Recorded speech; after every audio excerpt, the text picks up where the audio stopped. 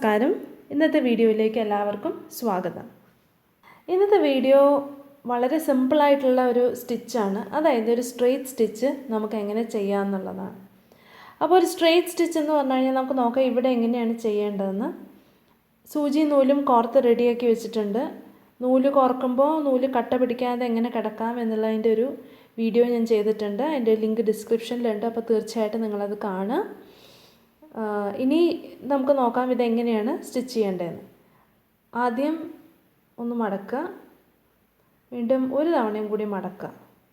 അതിന് ശേഷം സ്റ്റിച്ച് ചെയ്യാൻ തുടങ്ങുക. സാധാരണ സ്റ്റിച്ച് ചെയ്യാൻ ആരംഭിക്കുക ഇവിടെ നിന്നാണ്.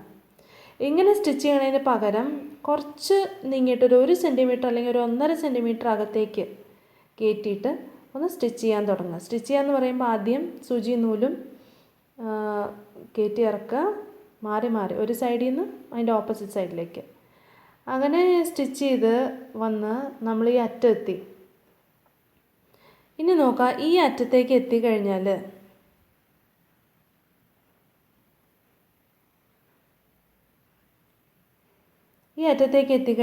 ഇനി നമ്മൾ തിരിച്ചു പോകുന്നതിന് പകരം ഇവിടെ ഒരു കേസിങ് ഉണ്ടാക്കുക.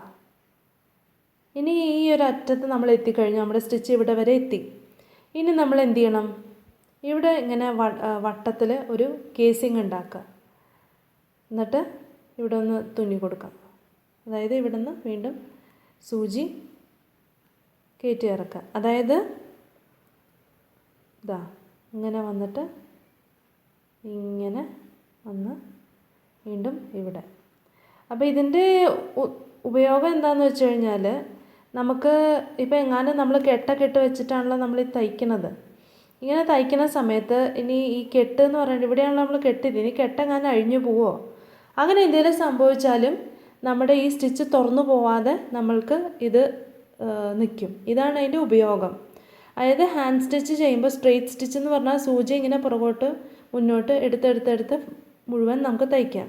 അങ്ങനെ തയ്ക്കുമ്പോൾ നമ്മൾ ശ്രദ്ധിക്കേണ്ടത് കുറച്ച് ഒരു 1.5 സെൻറ്റിമീറ്റർ ഉള്ളിലേക്ക് കയറിയിട്ട് ആദ്യം സ്റ്റിച്ച് ചെയ്യാൻ ആരംഭിക്കുക. അങ്ങനെ സ്റ്റിച്ച് ചെയ്തിട്ട് റിവേഴ്സിലേക്ക് പോവുക. അതായത് ലെഫ്റ്റ് സൈഡിലേക്ക് വന്ന് ഈ എഡ്ജ് ഒരു കേസിങ് പോലെ ഉണ്ടാക്കിയിട്ട് വീണ്ടും മുന്നോട്ട് സ്റ്റിച്ച് ചെയ്ത് പോരാ. അപ്പോൾ അതിൻ്റെ ഗുണം ഞാൻ പറഞ്ഞ പോലെ ഈ കെട്ടിട്ട് വെച്ചിരുന്ന ഭാഗം അഴിഞ്ഞു പോയാലും നമുക്ക് പ്രശ്നമില്ല, സ്റ്റിച്ച് മുഴുവൻ അഴിഞ്ഞു പോരുമൊന്നുമില്ല.